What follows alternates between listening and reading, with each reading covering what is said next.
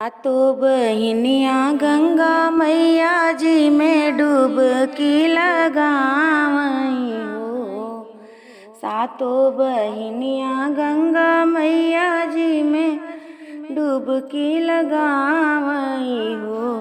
तनी धीरे धीरे बह गंगा मैया मोरी मैया जी नहाई हई हो।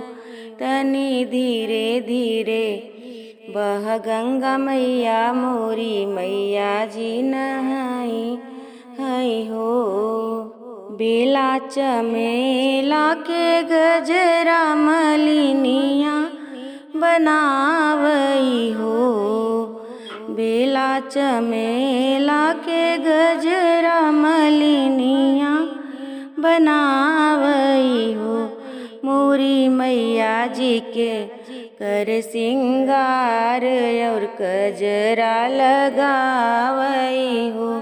मोरी मैया जी के कर सिंगार और गजरा लगावई हो। लालई रंग के चुनरिया रंग रेजवा रंगावई हो।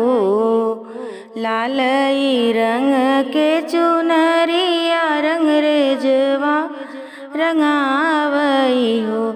ओही चुनरी में हीरा जड़वाइब और माई के ओढ़ाइब हो।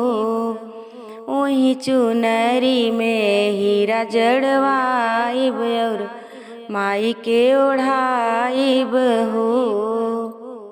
मैया के नाके कनथुनिया सोनरवा लियावई हो। मैया के नाके कनथुनिया सोनरवा लियावई हो। और लेके आवई सोनवा के हार मैया के पहिनावई हो। सोनरा लेके आवई सोनवा के हार मैया के पहिनावई हो। सज धज के सातों बहिनिया सेवक घरे जई हई हो।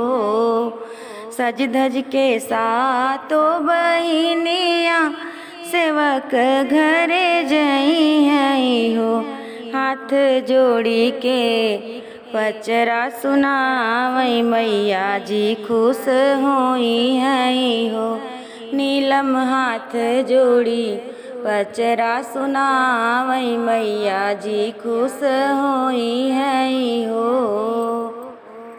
सातों बहिनिया गंगा मैया जी में डुबकी लगावई हो।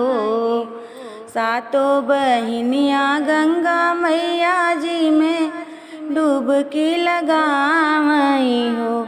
तनी धीरे धीरे बह गंगा मैया मोरी मैया जी नहाई हई हो। तनी धीरे धीरे बह गंगा मैया मोरी मैया जी नहाई हई हो।